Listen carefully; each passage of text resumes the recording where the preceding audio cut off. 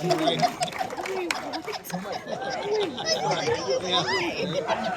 thought for sure somebody was going to say, ladies and gentlemen.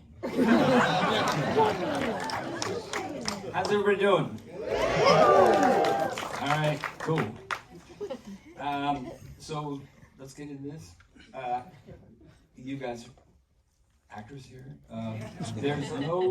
There's probably no actor around. You know how there are some people that everybody knows. You know, if you're an actor, you go, "Oh man, that woman, she's good."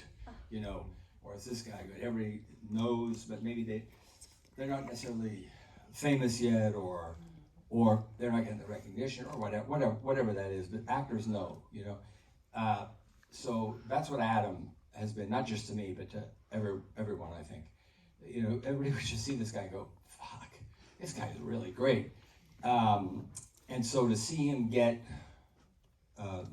this, you know, the whole Severance thing, it's just great because you kind of feel satisfied, or you know, when you've been secretly kind of in your head or telling people, cheering somebody on, you know, and then finally everyone recognizes it. It feels good. So I have a zillion questions for him, and then later I guess is it a Q&A thing too? Yeah? Oh, she left. Seriously, the woman who said, "Fuck this, I'm out of here." Okay, so, and then, by the way, at the end, Adam, and this is so unusual and also so generous, he's giving away I'll just tell you this, 10 grand. 10 grand, not to everybody, which I think is unfair. He's going to hand pick people, like, what's that based on? All right, ladies and gentlemen, come on out here. Adam Scott. Ladies.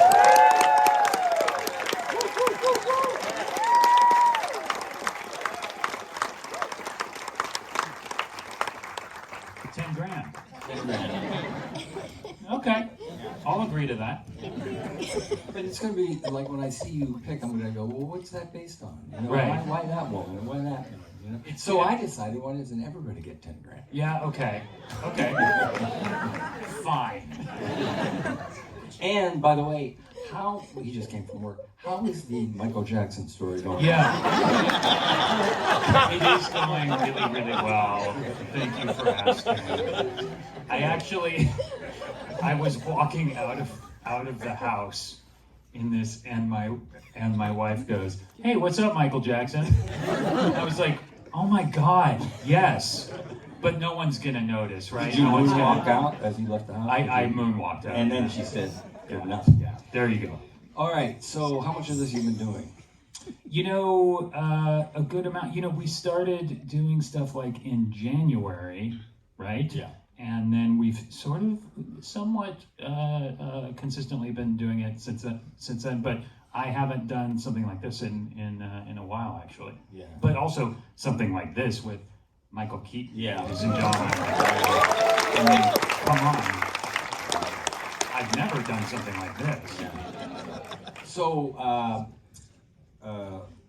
full disclosure, I've never seen the show. That's fine. That's fine. That's fine. But I hear it's pretty good. Great. Let's talk about the things you've heard. Okay. So I'm a huge Severance fan, along with the rest of the world. And you know, actually, this is not the kind.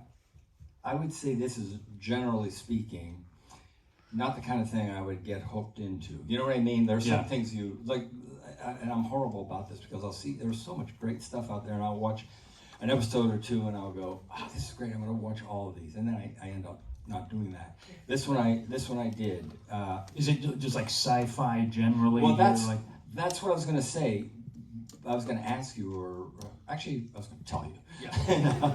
No, it is sci-fi, right? I mean, that's what I love about it. I think I'm actually, generally speaking, not a sci-fi. Even as a kid, you know, a lot of my friends were way into it. My kid, Sean, is really into sci. I mean, that's not the only thing, but he's a sci-fi fan. Yeah. So what I love about this is I cannot put my finger on it, but I can't stop watching it. Right. Yeah.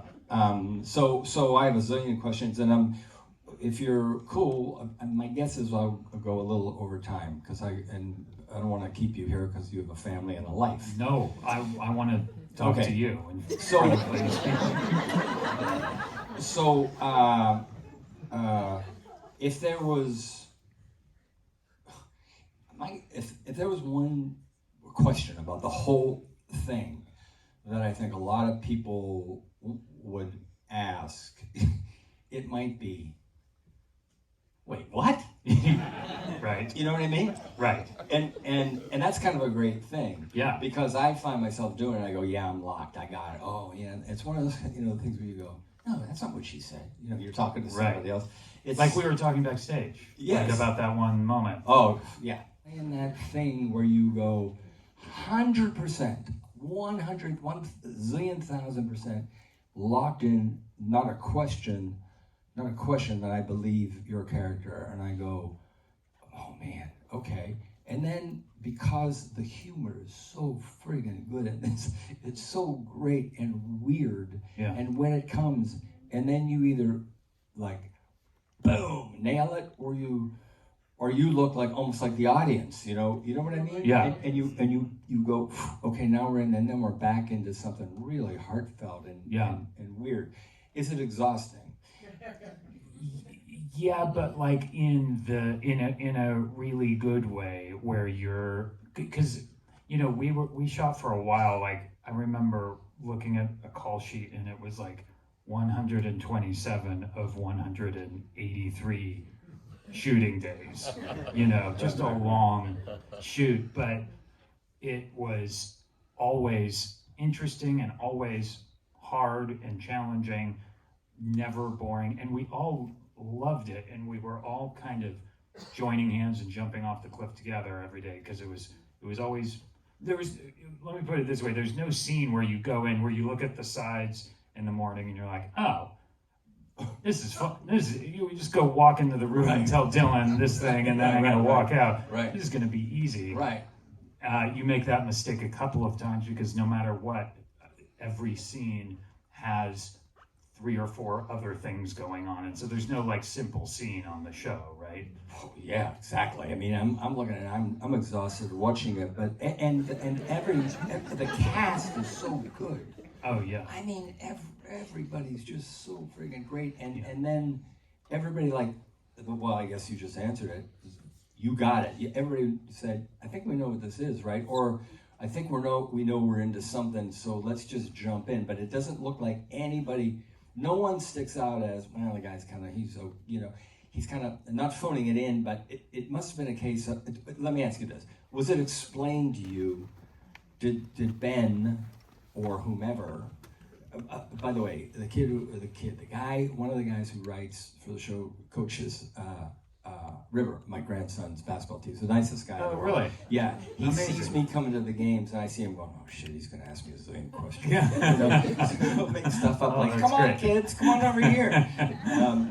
And one of them told me that it kind of started out as a comedy, right?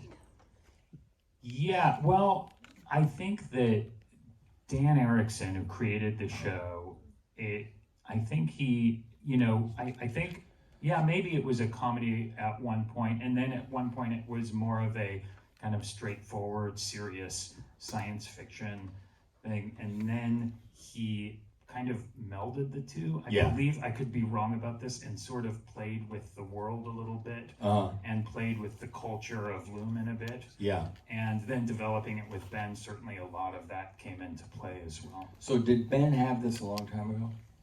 It was, I believe, Ben first. Oh, okay. I remember exactly when it was because it was the day that the travel ban first went into effect in January of 2017. Jeez. That he first called me about it because I was in Sundance and we were watching the travel ban stuff on TV, and I went out into the snow to take the call.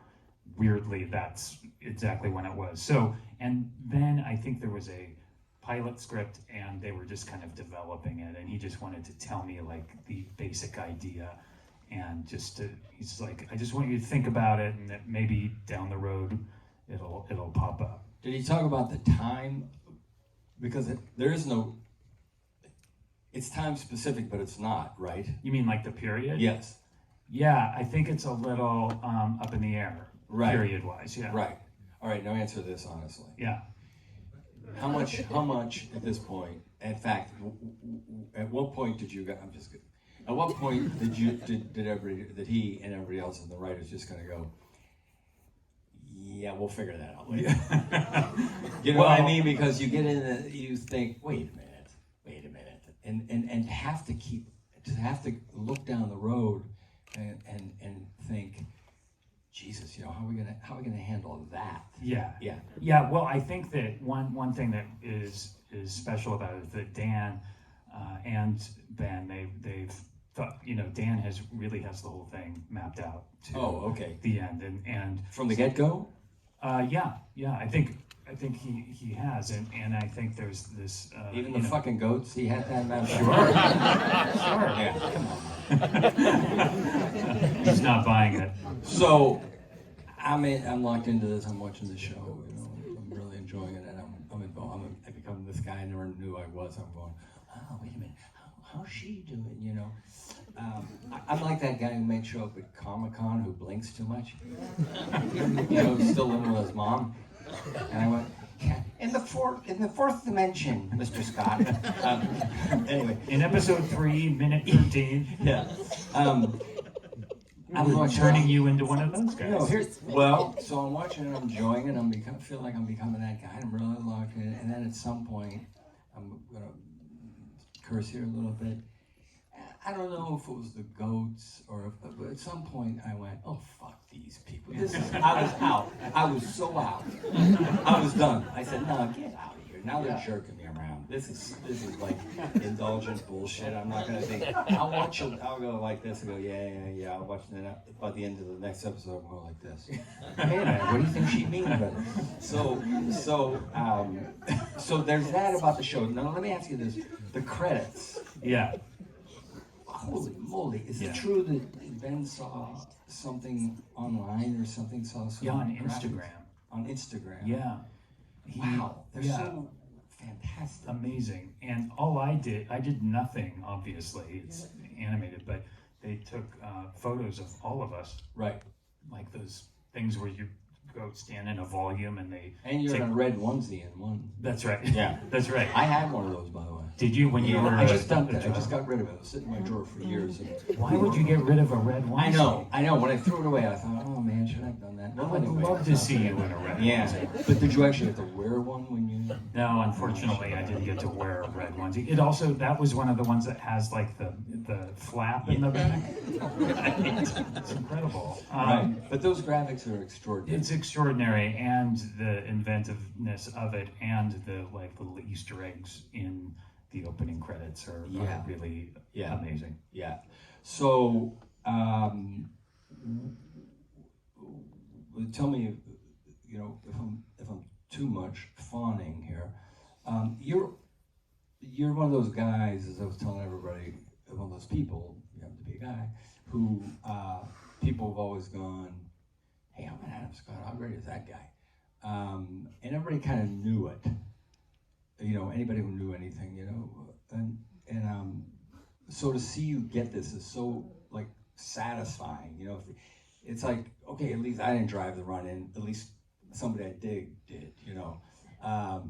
and your nuanced stuff is kind of amazing because you can do that in a movie, where you got 4 months or 3 months or 2 months or 6 weeks or whatever it is, and you go, okay, I got it, I see the beginning and the end, but this is endless, and you still don't know when the thing's going to end. Right. So, all kidding aside about being exhausting,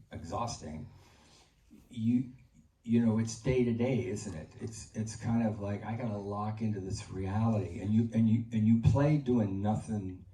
Well, you play not saying anything, but clicking up here brilliantly, brilliantly. Thanks. It's really an extraordinary performance. The whole thing. Thank you. It's just great. Thank you. It's just so fun to watch. Thank you. So there's that. When in this episode though,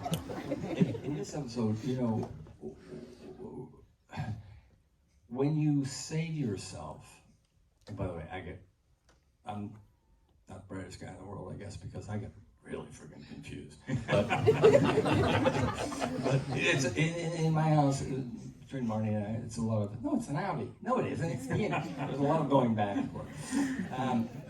That scene, I wrote a note. I have notes here. I actually, there's one, turn off the air conditioner. Oh, I did that. Yeah. No, You have to do that before you leave the house. When you it's a waste of money. Look at yourself, and I go, wow, does he love himself? Sorry to go deep on it.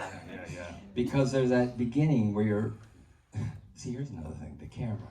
What era are we in? What is that camera? How do they, you know what I mean? I thought, did Ben choose that camera and say, no, I'm sure. This is kind of in a zone where it's not a new Mac phone, because you can do it on your phone, right? Right. So when you're looking at yourself, and did you think, well, I know where I'm gonna head, so I want to start him here because, I read the scripts where we discussed what the episodes are going to be, or the writers or producers or whomever, and you kind of knew where you're going. Did you think, I got to get him here because I know where we're headed? Yeah. And then, once again, the unbelievable conflict, with yourself. It's just great to watch. So that beginning, the look on your face, looking at yourself, I thought that's an interesting choice, as opposed to just going, I'm looking at myself. It's a little freakish. You seem so pleased, like I'm comfortable with myself. I feel like I think I was kind of imagining this happening, and I think my first gut feeling was it would just be so bizarre, no matter what your feelings for that other side of yourself, and no matter how much conflict there is, it would just be a moment of kind of wonderment seeing this thing, just like, holy fucking shit. Yeah. Look at what I'm doing. This is crazy. Before getting into the meat and potatoes of what they needed to discuss, because they were on this collision course through the whole season. I mean, the season started and they were on the same page. And you mean they? Innie and Innie and Audi Mark. Yeah. In fact, Innie Mark kind of thought of his Audi as almost like a celebrity or something, like someone he needed to kind of look after and help out, and he wanted to help get Gemma out for his like the relationship was there was this weird power dynamic, but then their interests started to diverge, so it was inevitable that they had to have this scene. And it was always, that scene when you're working on something and there's that scene coming up on the schedule and it's just the thing, it's on the horizon and there's no stopping it. It's coming, you're gonna have to do it. And you're just so scared of that scene. I get sick on that day. I go, no, I can't do it. Yeah. So that was that scene, that season. I was just like, oh my God, how are we because of the difficulty, or because?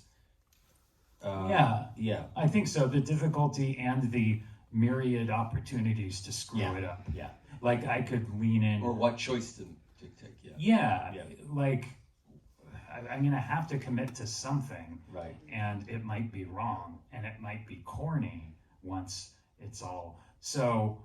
But I had been there, and we've been doing the show for a few years, so when you're with a director that you can just completely lean on, you can just not really, but I'll just say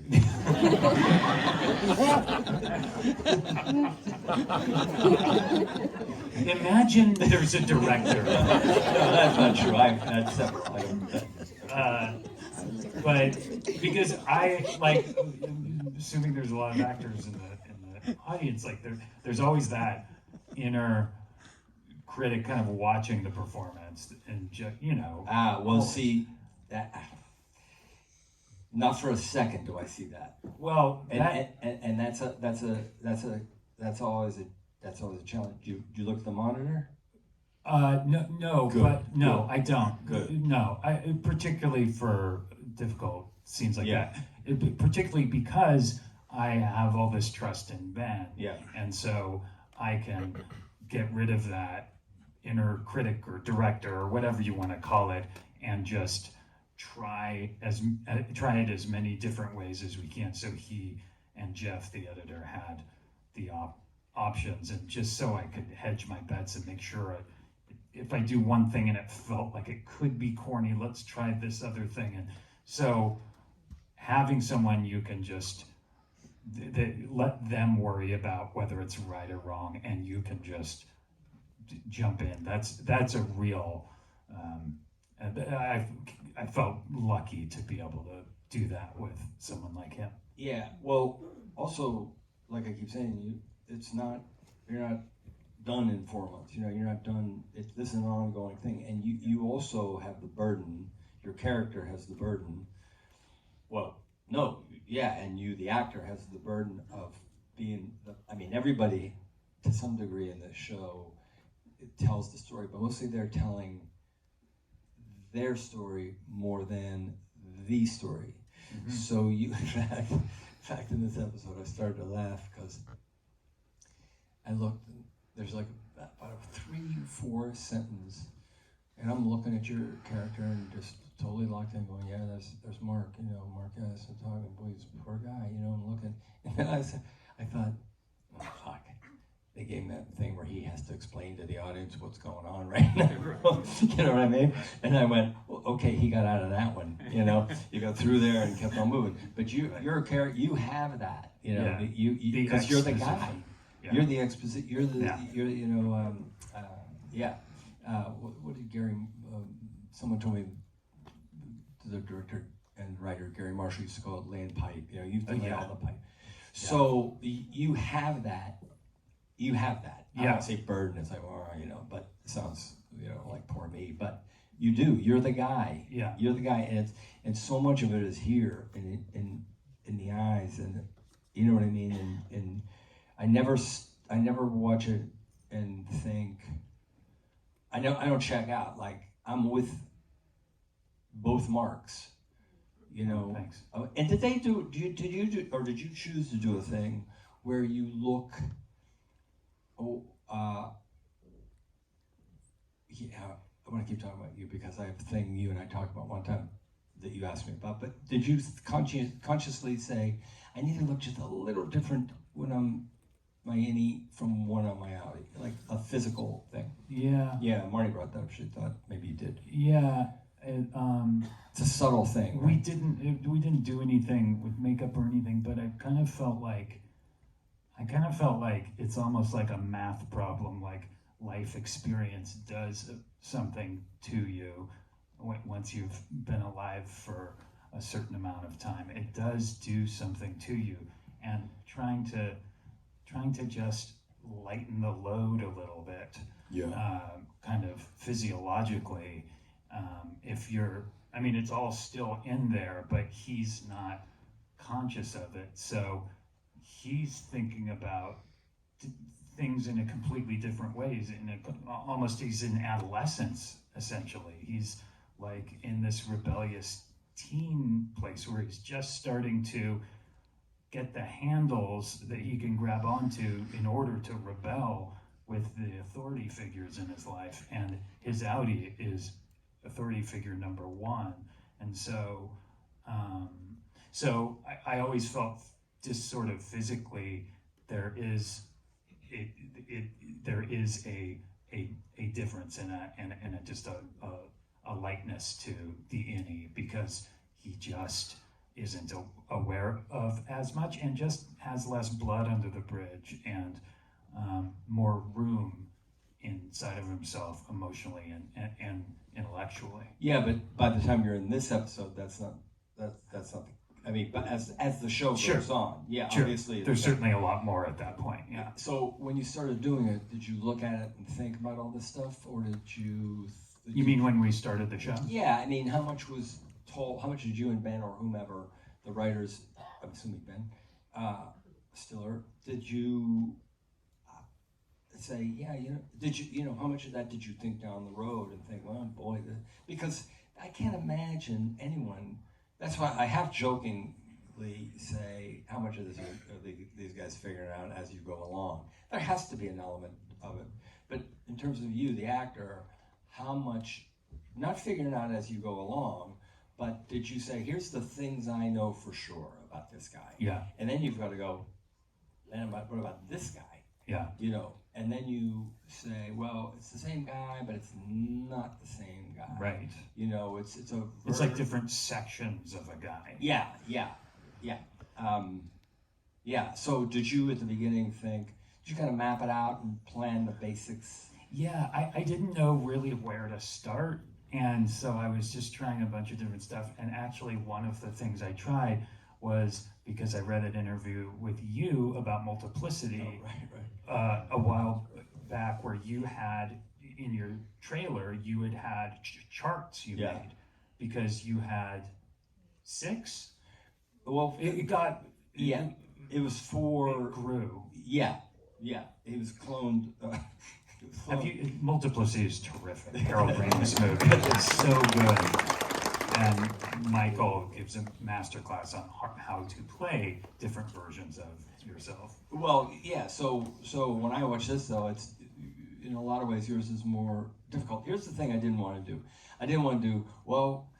For this guy, he's a fat suit. You know, he wears this wig, and that guy. I thought, no. That's first of all, it's not what it is. It's a version of you. Yeah. And like the number 3, I guess. You know, Harold Ramis and I would go back and forth and say, well, you know,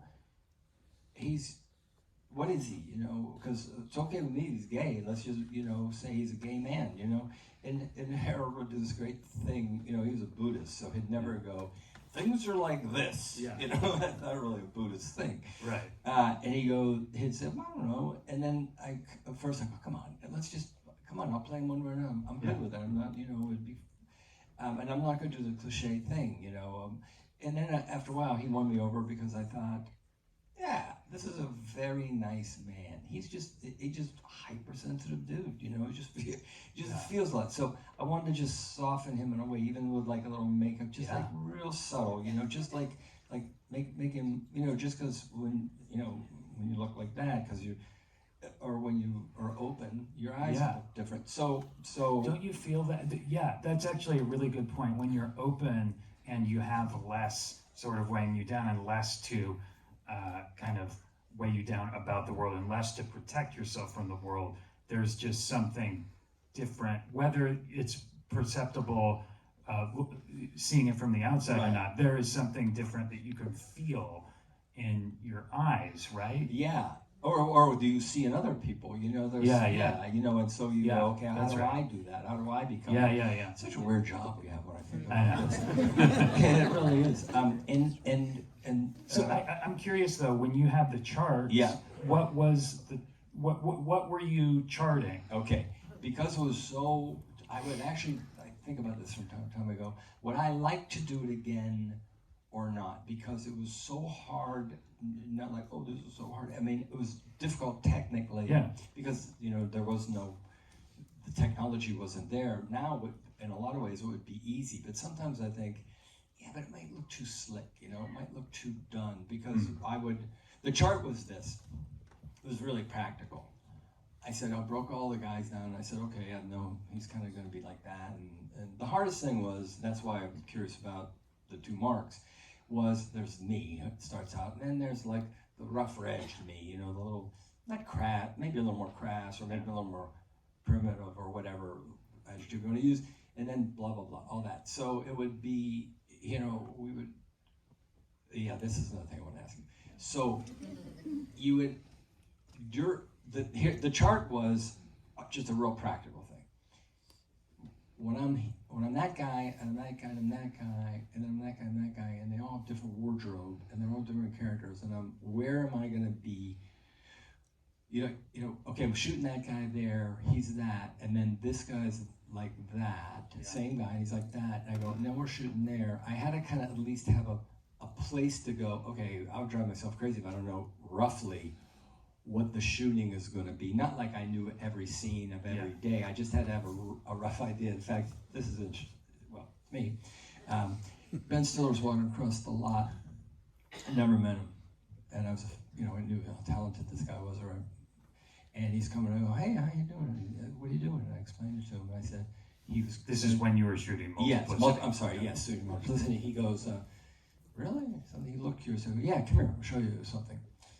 Because he asked, and I come in and I go, yeah, I got the only way I know how to do it, blah, blah, blah, and I show him the chart on my phone. He goes like this. He walks in, he looks like this. He never said a word. He walked out, and I haven't seen him for... I never saw him again. I thought, I don't think it's offensive. He just asked me, I just wanted to show. Yeah. That's so funny because then years later, when we're shooting the first season of Severance, and I told him, I tried to make a chart like Michael Keaton did with Multiplicity. He was like, oh, you know what? I actually got to see that chart in real life. So he definitely remembered. Yes, but when you watch Mark or Mark, yes, I love the way she says Mark. Yes. How about that for a choice? I look at her, she's so freaking great in everything she does, and I thought, because I love the practical things that really have going to work as an actor too. Like, did she go, shit, I wish I wouldn't have chosen this voice. Now I'm locked I'm into stuck with it. every day. And so today I was watching, before I came over, watching the show, and the episode, and I was thinking about that very thing. I thought, okay, now what did he do when he said, okay, I'm going to see myself, I'm going to speak to myself? That's beyond deep, and that's actually harder than the Multiplicity thing, because it just is harder. And you're thinking, when I look at myself, and we think about ourselves, or we, if we, want to contemplate who we are and all that, but you're seeing it on a screen. That's a whole other thing. That's a whole other level. And I thought, wonder what he did there. I wonder what he was thinking there, or did you just say, you know what? I don't really know what's going to happen. Sometimes I prefer not knowing nothing. Yeah.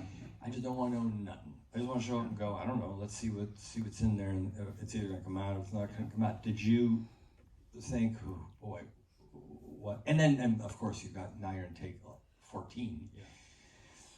And you're conscious of it, and that's always the danger. You're conscious of it, you're self-conscious. And so what was that like? Because you physically see your face, yourself, but you know that is you and not you. Yeah. Right? Yeah. So what was the process, or how'd you get ready for that? I made tapes not tapes, I recorded both versions in my apartment on my phone, just so I would have something to rehearse with and make sure I was learning the lines. But also the scene was changing all the way up till we started shooting the scene. Being rewritten. Yeah. Because it was a hard one to write. Dan did an incredible job, but yeah, it was a puzzle, and so I recorded in my apartment. Oh, what I was going to say was, getting there on the day, and when we started shooting, I was using the we'll call them the apartment tapes. No, we don't need to call them that. I was using that at first when we were shooting the scene, but then as the scene went on, we started using what I was shooting while we were actually shooting the scene, right? Wait a minute, you were using... I was using the version I shot on my... Come on, the apartment tapes are... they're coming out in a book. Yeah. The guy's going to capitalize it. It's going to be my first album. It's going to call the apartment tapes. Anyway, what I mean to say is, as we were shooting the scene and I was able to use what we were actually recording right there on the set, it started taking shape a bit more, rather than using something from 4 days ago in my apartment, right? Because it started feeling like it was happening in the moment. Yeah. I feel the same way as you do. I think so, which is, I like to certainly be prepared and know my lines and stuff, but as far as really knowing what's going to happen, leaving like 20% blank. Yeah.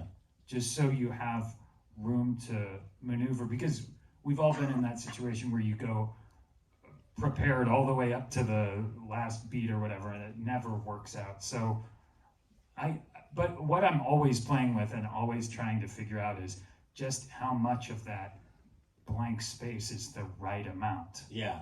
I guess it depends on the scene. Yeah, and I think you feel it, because I watched this episode again today, and there's a lot of gaps, but I don't mind them, unless they're really indulgent, like, you go over the window and stare at, Yeah. There's a lot of you trust time, which is cool, it's ballsy, you trust. I don't have to say anything here for a minute, or because the character has to.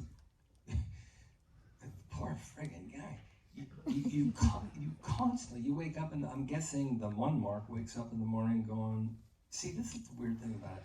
Does the one Mark get up in the morning and start going, fuck, I don't know if I'm gonna get through this thing, or do you go, well, how's that work? Well, I think with that scene in particular, it starts out them kind of getting a kick out of seeing each other and sort of catching up and being like, this is weird, what's your deal?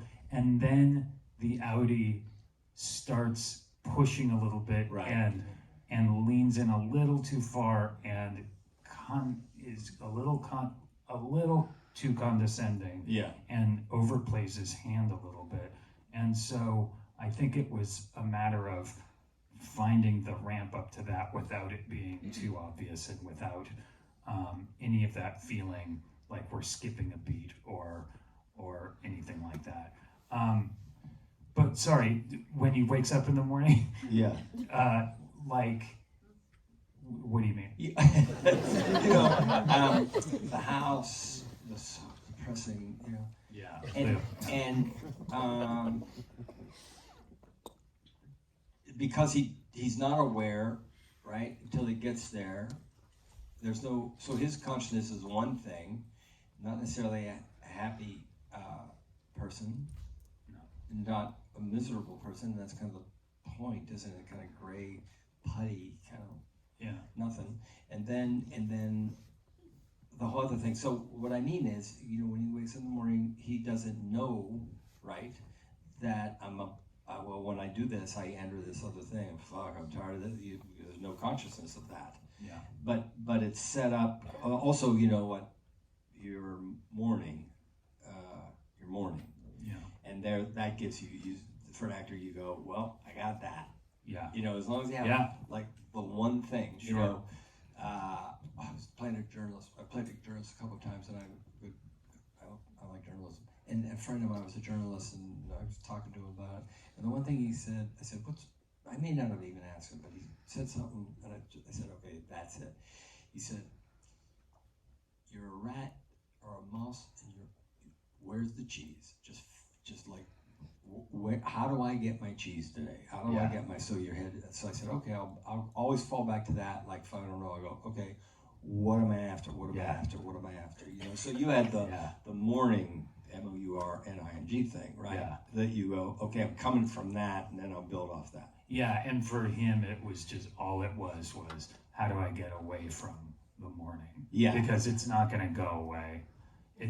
She's not going to come back, and it's not going to go away. So I just have to get away from it. He was not interested in growing or discovering.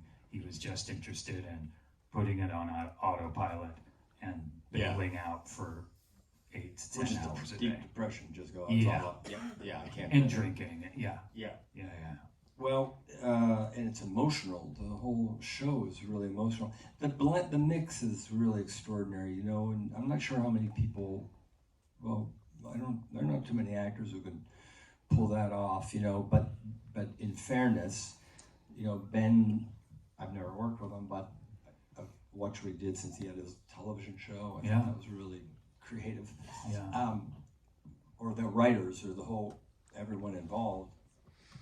And you can't say this about many things. It's original and unique. And just when just when you're kind of locked in, somebody said something so oddly funny, like Right. really funny. So also, I promise you I'd go over because I'm really curious, but I'm really cut this guy loose. But let me ask a little more. When it's not like oh, he's a funny guy who, you were always an actor. You just were an actor, not I'm a funny actor who then just got more dramatic roles. Am I right about this? Because I was hip to you a little bit, mostly like I'm like everyone else. Party Down really. I went, who are these people? Man, are these fucking people good? You know what I mean? And is this funny? Like you've heard that a zillion times. But you were not masking. You weren't thinking, man, I love comedy. I just want to do as much comedy as I can. And then as you grow up, you kind of go, well, there's some other things I'd like to do. Where did that all come from? Or did you want to say, I just want to do comedies? Or did you say, no, I'm an actor. I don't know, just take the gig that comes up? Well, the comedy was something that came in just sort of as a fluke. I couldn't get comedic roles, or you have to. There's a certain way of being considered for comedic things, and I just never was able to do it. So just as a fluke, I got the role in Stepbrothers because somebody had the role and they dropped out, and so they had to cast it quickly. So I just went in and got lucky in an audition and got that part, and then that sort of kicked into Party Down, and then that was before Party Down. Yeah, it was before Party Down. Oh, yeah. But also, I will say this: I'm not. How much fun, by the way, is it to be on? I know the answer because I did it. To be on the set in a Will Ferrell movie. Yeah, Adam McKay. Or an Adam McKay movie. Yeah, Will and Adam were. I mean, that was so fun. Yeah, Will. I mean, I didn't know what the hell I was doing. Yeah. And Will and John C. Reilly were so generous and patient, lovely guys. The other guys must have been super fun too. You wake up. Somebody said, "What's that like?" You get up in the morning. Yeah. You start getting excited. You go to work. You get on set. You start laughing. Yeah. Then it's 6:30 in the evening. You go home. You have something to eat. You go to sleep. Wake up, and you just start laughing again the whole next day. Every day. It's so fun and so funny and kind of frightening too because it's loose. Yeah. Too loose sometimes. That's why I couldn't. It took me a while to figure it out. By the end of the shoot, I was like, okay, I think I can make my way through it, because you shoot one, maybe two scripted takes, and then you're just improvising all day. Yeah, which is kind of great. It's great. Yeah. But I will say, as far as the comedy drama thing, I'm not just saying this. When Parks and Rec ended and I wanted to find something a little more dramatic or serious or whatever, I remembered that, when I saw you, and I've told you this before, that I watch Clean and Sober at least once a year, and I do, and I just watched it again this past weekend. And it's one of my favorite performances ever. Yes. Thanks. It means so much to me, that performance. Oh, thanks. And part of the reason it does is because you were my guy with Night Shift and Mr. Mom and Johnny Dangerously and all these great movies, and then eventually you took this turn, and seeing you not just take the turn but really he's putting himself in embarrassing. I talked to you about the moment at the beginning of the movie where you're asking Brian Ben for one more beer, and there's no shame, and it's really embarrassing. And watching my guy show his soul like that, and you don't even admit that you have a problem till the last 20 seconds of the movie. Exactly. Yeah. You don't even say it out loud. Yeah. Well, I think there's this is getting obnoxious, I know, but the reason I'm a fan is you just tell the truth. Even when I did in Night Shift, I think what happened was, I know what happened. I never looked at it I for sure saw opportunities there was a lot of improvising in that as well. I improvised a lot of that movie. But there were moments where I went, oh no, I want to be funny, and then I'd step out and cheat a little bit and go for a joke that wasn't necessarily in character, but not often. All I wanted to do was say, is this guy real? in this insane world, but is he real? And then when we did the scene, there was a scene under a Christmas tree, and it wasn't you're supposed to say, oh, there's a little more to this guy than we thought, blah blah blah. And I just played it. I just thought, I don't know what else I'm supposed to do because I went in knowing who the guy was. Yeah. At least my version. I said, this is it. Yeah. It's either going to work or it doesn't work. So then you just do who the person is. And I remember Ron Howard going, wait a minute, we stopped. I thought, okay, we're stopping. And then there was a discussion, and he wanted to shoot it differently. And so he said, wait a minute, I see what he's doing, so I want to shoot it differently. But I never looked at it and. Did he want to just get in? I think, as I recall, he set up the scene. But the moment he went, I think we got a moment, and let's. I wasn't ready for that. Whatever. I'm trying not to be too self-indulgent here, but I think that's what happened. But I never saw it as I want to act here. It was just, well, let's think about this. The scene's about my father. Yeah. I don't know what's the truth of that. This is where it's heading. Yeah, what's the truth of that guy? That's all. That's it. And so just play whatever it is. So when there are so many, and it seems to be happening more now with really funny people. It used to be they wouldn't get a shot, or a guy who's known for comedy, or a woman who's known for comedy would say, I got more to say in the world, and then they'd give him a role, and it was always, okay, you're a killer, Yeah. You strangle people at night, or whatever, and then they say, I want to play, but now, and I don't know how it evolved, that somehow a lot of funny people are hipper to it now, or is it that they're getting more opportunities? I also have to say something that sounds kind of arrogant, but not about me, but about what I think is there's something about people who are genuinely funny. They have a kind of intelligence. You know what I mean? Maybe that's obvious. I don't mean to say, funny people are really smart. That's not necessarily it. I think it's a kind of intelligence where you look at things, you just see things in a skewered way that's funny. So if your brain is working like that, and also it comes from truth ultimately, right? It comes from irony and truth. Yeah. So if a person wants to move in that direction, you just say, well, what's the truth?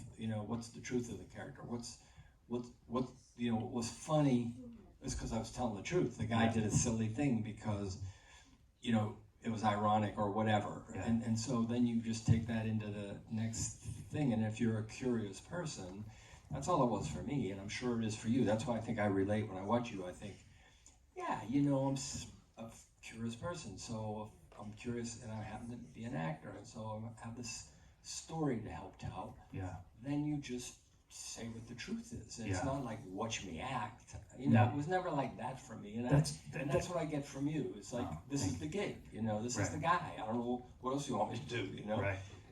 It's so funny you say that though, because I think it's true. Like Night Shift is such a good example of you just coming in like a fireball. Just that guy was telling the truth, and that's why everybody was like, whoa. Yeah. And that guy was. He was a lot of things. He was not full of shit. He was ready to figure it out and scheme this place out and turn it into the thing that it needed to turn into. I haven't seen Night Shift in a while, but I remember just being like, holy shit, who is this guy? But I wanted to play the character. I said, I want to get the jokes. I want the laughs. That's for sure. Yeah. Oh, yeah. But I want to be the guy. I don't want to step out of the guy. Yeah. So now, because this is not an outrageous character that you're playing, and there's so much attention on the show, and therefore you, and especially you, I think. What do you think? Or you want to talk about this? Maybe you don't want to think about it, because then we just also did a movie that unfortunately we don't have a scene together, but it's a really good movie, good director, great cast, and there's that for you, and then there's a bunch of stuff you probably want to do, but now everybody says, oh yeah, some guy in Milwaukee now knows who Adam Scott is, that maybe didn't 2 years ago or whatever. So now you got to figure out, you know, okay, well, what do I do with that? You know, interesting. Yeah, or what's my next gig? And by the way, maybe it's as simple as, I don't know, man, just give me a job and I want to enjoy it and I just want to be good in it. I don't know. I think that getting this job, when I read the first episode, I was like, I don't think there's any way I'm gonna get this. Like, no way. Really? Yeah, like, it's so good. Yeah. And that's not, I don't get that. So, but I felt like if I'm gonna try to get this, the frame of mind I have to put myself in to even be able to front that I deserve it or whatever, to convince someone that I should get it, is I need to think for myself that I've spent 30 years earning Fuck yeah. the spot to just even be eligible 100%, for something like that. Yeah. So that's sort of how I felt about it, and that's how I feel about it. And I love it. I love this job. I love making the show. And so right now I'm just sort of enjoying, you know, the cast. I get to play with So people. great. I mean, it's the best cast, and they're the coolest people, and they're so good. They're so good. Tremel and Britt and Oh, it's Zach. unbelievable. Everybody. I mean, unbelievable. Jen and Michael and that great relationship between I know. Johnny Tortoro Yeah. and the way they played was just It's beautiful. just perfect. I know. It's just perfect. It's crazy. And Patricia, I mean, Oh, she Jesus, kills me, man. she's the Kills best. me. Kind of Best. scares me. I know. I'm a little frightened. And she's like fascinating to work with because Patricia is unafraid. Yeah. Oh, She will 100%. experiment Yeah. and experiment Ah. until she could, and it's the best. Yeah, Mark. yeah. I mean, Yeah. incredible. That's So- the thing about a series, though, is that you go, well, I made that choice. That's it. I can't turn around now. Yeah. Yeah. Sorry. Are we supposed to do cushion? I'm sorry. This has been indulgent. Sorry. Are we done, or are we? That's it. Okay. How far over did we go? Did we go over a little bit? I hope. Good. Hey, thanks for coming. Adam Thank Scott, you. ladies and gentlemen.